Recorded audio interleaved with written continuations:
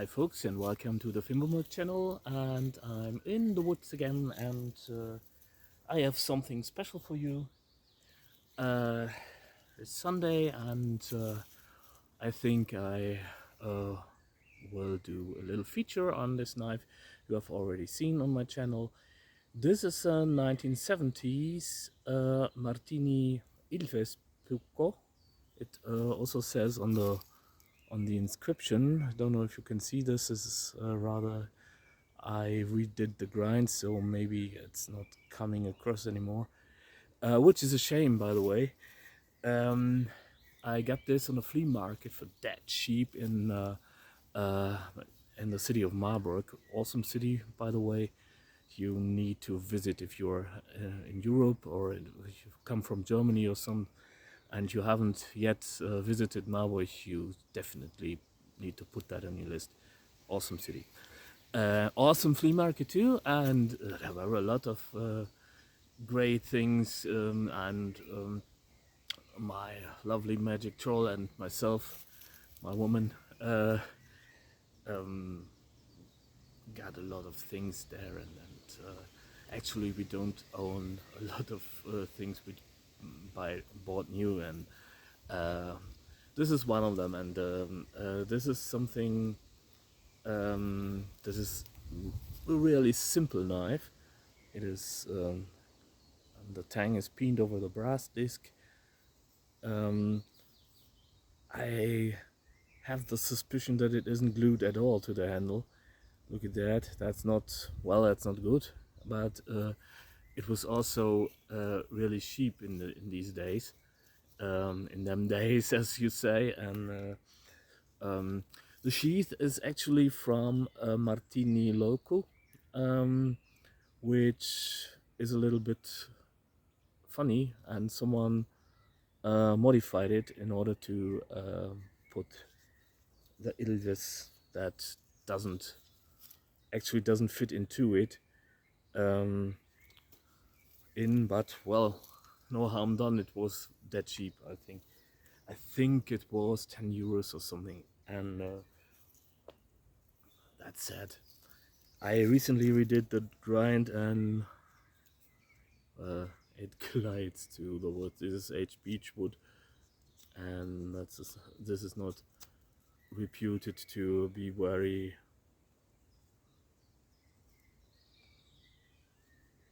just falls through the fibers, and this is due to a rather high Scandi grind. Look at that.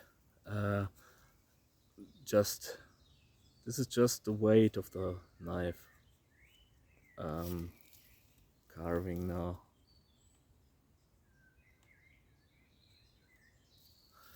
And as far as I gather, it's not is a stainless steel, and not the hardest there is. I think they claim 54 Rockwell or something. That's not a lot, but the Ilves Pucco has a really good reputation, not only amongst Finnish people but also amongst Europeans. And there is one aspect, I don't know if this is just a legend, that the Pucco is not hardened to a very high Rockwell hardness because of Arctic temperatures. And this is something actually I heard from a lot of people.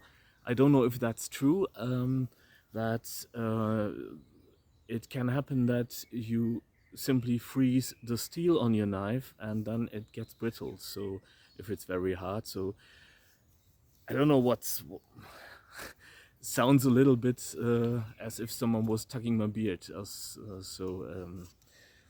But it is a really awesome knife, and thing is, it being so sharp, you don't need a lot of effort to carve, even hardwood, and the less effort you need for carving, the less likely you are to blunt your knife, and that's a simple thing. So there is a correlation between sharpness and edge retention, and that's not something that's in you can't um,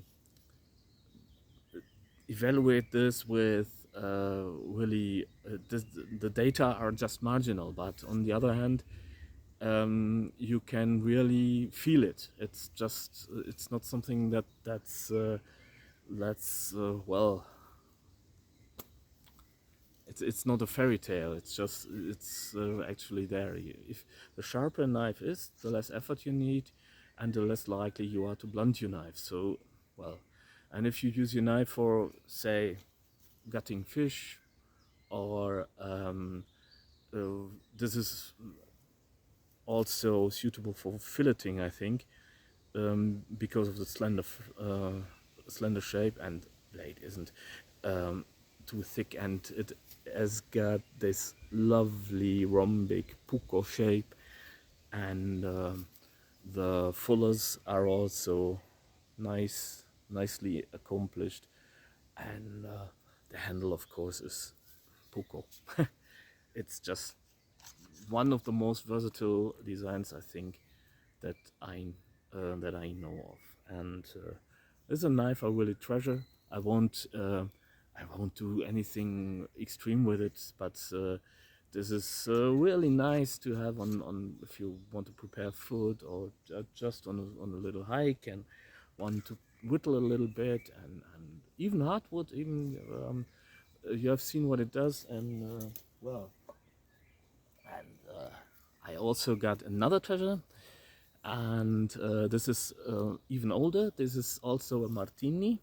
It's Lauku from the 50s, and this one isn't the stainless variety. This is an older blade, and there's an inscription saying Martini Rovaniemi, Finland, and it's made out of carbon steel and maybe even crucible steel, because they used crucible steel. Actually, if you look at the patina, I don't know. I don't want to get over the top about this. Actually, knife is sharp, knife is cool, and so I don't actually.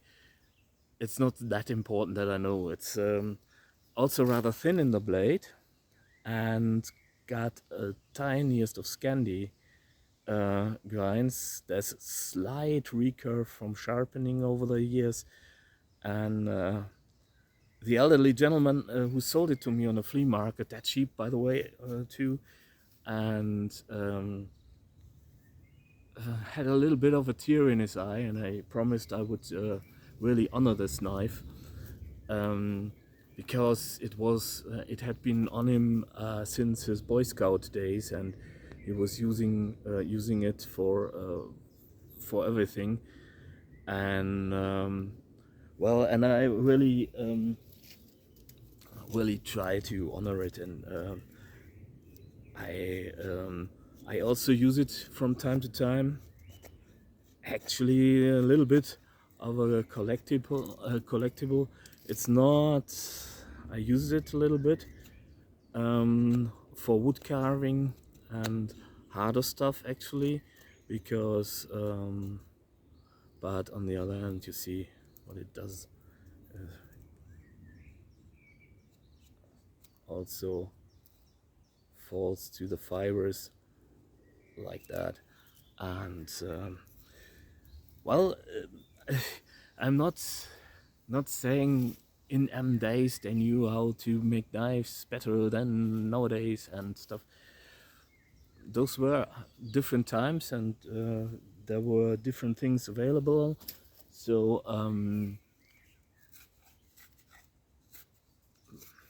but actually, thing is, we use our knives, our modern knives, that are far superior, far less than the people in these days. Even in the 50s or 70s, people were actually using their outdoor knives, and they were not sitting in on a shelf. They were actually used, and this is why this is an honor to own this and to having been able to purchase this ages ago, by the way, and it's well, it's an awesome kitchen knife. It's rather compact. It's beautiful in my opinion. Look at that grain of the birch wood spur handle, and there's also this lovely patina on the nickel silver bolster and pommel cap, and well, this is um, this is a treasure for me, and um, obviously I don't use it for really hard things anymore too, because it is such a lovely piece and such a piece of history for me, and I think I've got sort of a responsibility to preserve this piece of history. It's not just that I can whack away on some hardwood or antler or something. So, well, I think this is something someone made with love ages ago. And if I look at Japanese artifacts from the medieval ages, I get a little bit ashamed about our artifacts, which are often pretty rotten, and um, we find it in really awful conditions, and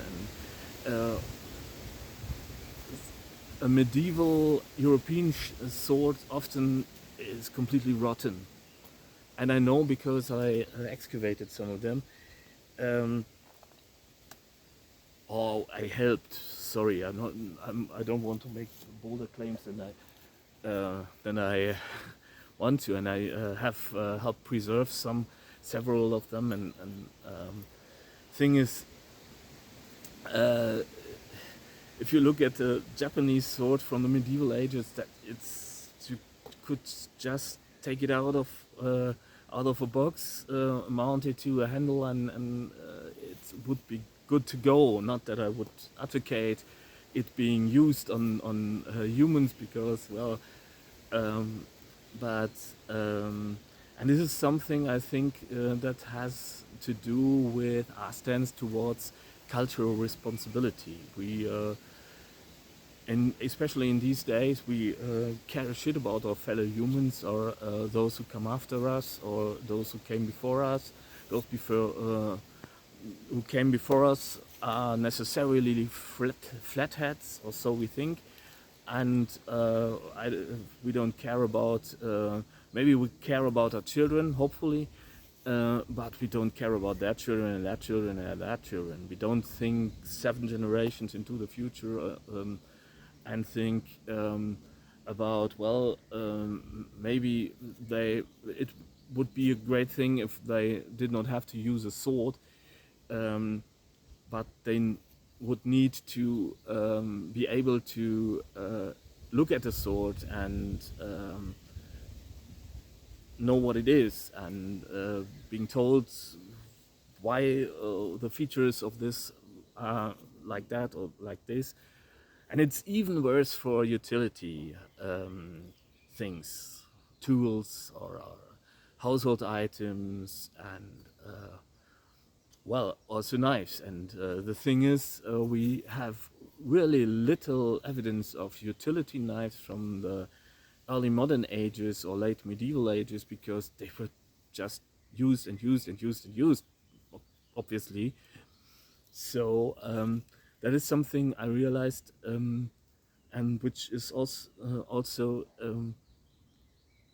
if you look at the situation with the law and these artifacts, they are being confiscated and destroyed. This is the destruction of archaeological evidence, the destruction of history, and also, not that I'm I perfectly understand why someone would want a stricter law. That's not my point, but and obviously not every Chinese shrapnel that's well that someone carried in his pocket in order to do bad things um, is something of cultural relevance. It isn't. And there are a lot of them, and so that's not big problem. But if you have something like this, and the context and why a Finnish knife is in Central Europe uh, was used in Germany, and this is a very interesting question to ask, because we ask the same questions for the medieval age, and so this is maybe a little bit of food for thought, and something that is really important to me, because well, we got responsibility. We got a social responsibility to not act like a complete asshole with our fellow human beings, but we also have a historical responsibility. One to learn from the past, if we possibly can, and we can, and there is no actually there is no excuse if you don't. If we got the internet and we can learn, and it's no excuse if someone doesn't know, especially in Germany, but also abroad. And you can discuss about this as long as the discussion is something that's happening on civilized terms, because else why a discussion? And two, we got a historical responsibility to act into the future, to uh, act culturally. And this is something that is brutally dismissed in our times. The destruction of everyday culture, the destruction of theater, art, music, poetry, history, archaeology. You see this really clearly when you look to Iraq and Iran, and what the IS did to archaeological sites. But we are very quick to point a finger, because we are doing the same with our cultural heritage. There's a cultural heritage fund for a reason, and the United Nations are protecting ancient crafts for a reason. They are protecting ancient archaeological sites for a reason, because they have to. Last thing I heard was that they were they wanted to to buy a window manufacturing site into the Brocéliande in northern Brittany, and violating I think it's the same corporation that wanted to violate the hinges of Karnak in the region, and I think that cannot be explained by mere expansion or necessity. This is something that is done by on purpose, and well, and what I want to say is, it's not always the big things. Maybe you got a knife from your grams, and pocket knife, or what these old conquerors had on them and used for all their life, and I think this is important, that you preserve it, and that you honor it, and that you can use it. It's not the problem, because you are adding cultural evidence, cultural weight to the object too, if you are using it. Because this is not what I'm saying. I'm not saying put it on an altar or something, or in the in a shelf, on the shelf, or in a suitcase, or in what have you. This is not what I'm saying. but it's in the mindset, and I think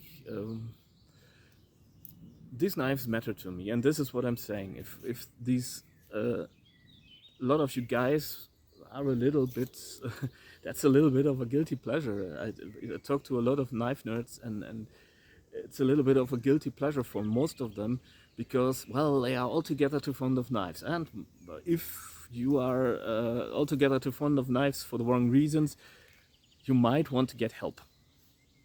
And that is really a knife nut saying that. But if you think about knives, like, well, it's I they I need them for my protection, or I need them for my masculinity or something. I don't say that this is wrong, because we are all a little bit like that, but you have to decide whether or not this is healthy or not. Enough said. That's not what I'm saying. But what I want to say is, a lot of people, on the other hand, are a little bit ashamed of what they do.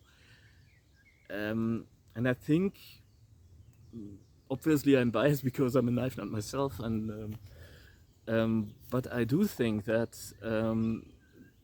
this is not something to be outright ashamed of, because it is a cultural thing. And if you do it for the right reasons, and if you enjoy your knives, your modern knives, for food prep and whittling and for good things, there are a million uses of socially adequate uses of using a knife. And there are just two that are not socially adequate, and that's not that's not the most important. These are not the most important uses of a knife. We just, the weight these users have is the weight we put into them.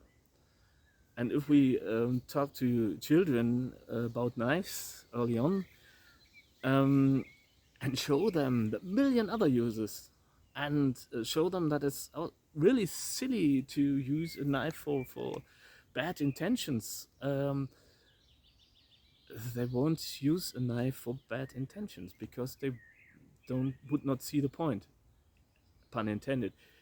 Um, and this is what I want to say. This is a real big picture, and a lot of our problems are not that easy. They are complex, and I think the complexity has a lot to do with this cultural weight that edged objects and tools do have. And it's not the way denying that. And if you collect knives, and if you are fond of knives, and do it for the right reasons, you don't have to be ashamed. You have a certain cultural responsibility, but I trust that most of you guys already do this. You talk to children about that. If you got own children, you teach them how to whittle, you teach them how to prepare food, and have a lot of things, doing, working with it, cutting rope, cutting char paper, or what have you, or tinkering away or something. I trust that most of you guys do, and the children I meet that come to my courses and stuff, that have parents like that, are also socially, for the most part, they are socially really competent. And this is something uh, that's not a coincidence, because the cultural responsibility in a knife, and in the heritage, and in the history, and in the future, 7 generations in the past, 7 generations into the future. This is something uh, that's part of the big picture, and I would really, really wish politicians would listen to people with the expertise to see the big picture, instead of just doing some Sado populist, what have you, marketing strategies, and divide et impera, divide and conquer, and flood the zone and wag the dog, and what this seems to be the only thing they do these days. And enough of politics. It's not a political channel still, and I don't want to get in depth into this, but because it's just it sucks and it doesn't change anything. What does change anything is your personal love you put into your work, into your love, into your family, into your everyday life, and the beauty you see, and the well, it sounds esoteric, and I don't like this jargon any, but the light you spread, and it's something I was looking for a better metaphor or a symbol, but I just didn't find one. So excuse the esoteric language, but this is something that I find with a lot of knife nerds that they really do spread the light. They're caring for each other. They are actually really gentle with each other, and this is something. Well, uh, I think about this a lot because I'm not afraid of someone who collects hunting knives or kitchen knives or makes knives or something. I'm not afraid at all of these people. For the most part, they are pretty decent and they are pretty reflected, and they really know what they're doing. But I'm afraid of people who deny. This is something that scares me a little bit. And there are a lot of people who are, for one thing, really afraid of a lot of things, not exclusively knives, but um, um, but everyday fear is and anxiety. And I'm not judging this. Sorry if that comes across like that. Fear and anxiety. I know that myself. I need to go to some bureaucrats, and my heart's racing, and I have difficulties getting out of bed and stuff, and my mental health is not the best that it could be, uh, because well, this part of life simply sucks.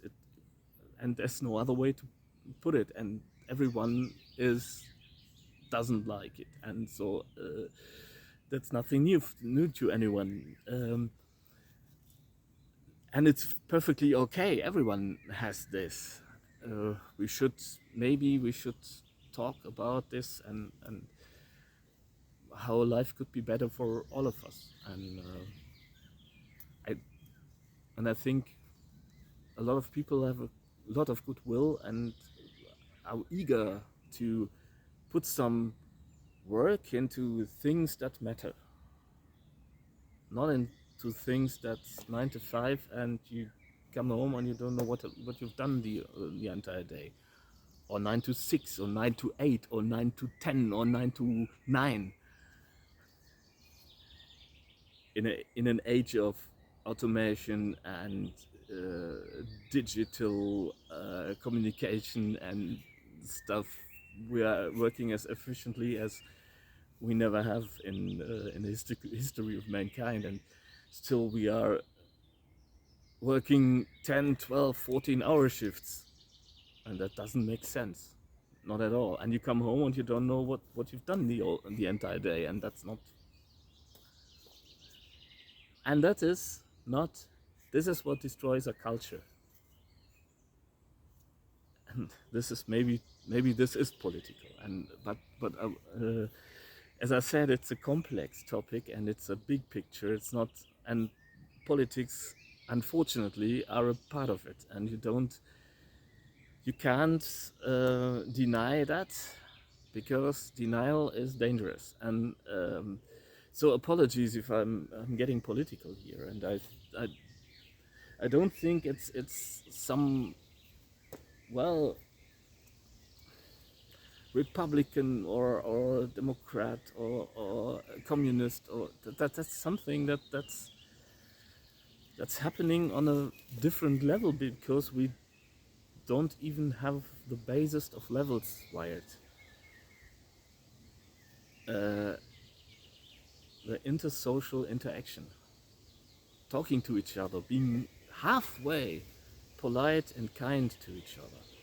Not that you must marry every stinking what have you in the grocery store. You don't need to spread love and understanding and no. The thing is, we have a cultural responsibility. We have a actually, what is conservative? Conservative is that I conserve this knife. But on the other hand, I have other knives that are working maybe even better. They are also really traditional, actually, but they have evolved. All of my knives I use that are really great are knives that have evolved from a very traditional design. This one, for instance, this is, well, a really simple knife. It's not really anything that I could call modern, but it is the result of a century of refinement, and it shows. And it's also not completely over the top. It's just something that has sensibly evolved from the first steps and was lovingly, and this is important, lovingly being refined. Not just for the sake of money printing or something, but for the sake of true cultural development. And this is why I love Victorinox, because they have this stance. They explicitly state this on several occasions, not only on the website or their corporate policy, but, well, a lot of food for thought, I hope, but please don't take offense if this is not according to your own opinion. And it's not a pointy finger, and I'm not one who knows it all, and I'm trying to make sense of this strange world we have created myself, and a lot of time I failed because I'm here. I listen to the birds. I see this oak growing there. I don't know if you can see this. It's an old oak I've been sitting at since my childhood, and I'm doing this because when I'm in a city, a lot of things don't make sense to me, because I see this oak and I know this oak intimately, and I hope I'm not behaving like some, well, some asshole over here, and maybe she, he, it can get my appreciation, can process my somehow my appreciation or something, and I feel a part of this much more than I feel a part of our everyday rat race. And I know that's the case for a lot of people these days, and actually, I don't know if I'm a progressive or a conservative, because, well, you see this and you see that and you see modern stuff, and I just actually I want to spread a little bit of kindness and a little bit of well, not taking oneself too serious. And I'm taking myself very serious now, because I'm talking to a box and philosophizing around, and maybe that's unnerving or annoying or something, might be, and sometimes I laugh at myself, and I'm actually not quite sure if I will publish this video in any way, but if I do, I hope it came across that I'm not trying to point a finger at anyone, but that I just want. Well, it's a beautiful world. Look at this here. Look at the forest. Look at the trees. Look at the birds, and I don't know if you see the foxglove in the background, and well, it's cool in the autumn and the winter too. And in the autumn there are a lot of mushrooms for it here, even boletus or something. And in springtime there are herbs, and there's so much abundance in this world. There's so much wonderful things and so many wonderful things to be seen and to be experienced. And well, there's also death and decay and sickness and what have you. But if we were a little bit kinder to each other, we could make it work. And this is something I always come back to. And this is actually my message. Coincidentally, I'm also a knife nut. But if I were into knitting, then I would say the same about knitting needles or something. And I really respect knitting. I'm just all crap at it. I tried. And my lovely woman always makes fun of me because I can't count, and actually that's a little bit of my psychological disposition. I'm not very good at math, and well, but that said, I really hope that comes across. I really hope you guys find some beauty, and I think that most people are actually even the ugliest people around. And don't get me wrong, I don't think I'm too beautiful myself, but a lot of really ugly people I had the outright privilege to meet were really beautiful. And this is what I want to say.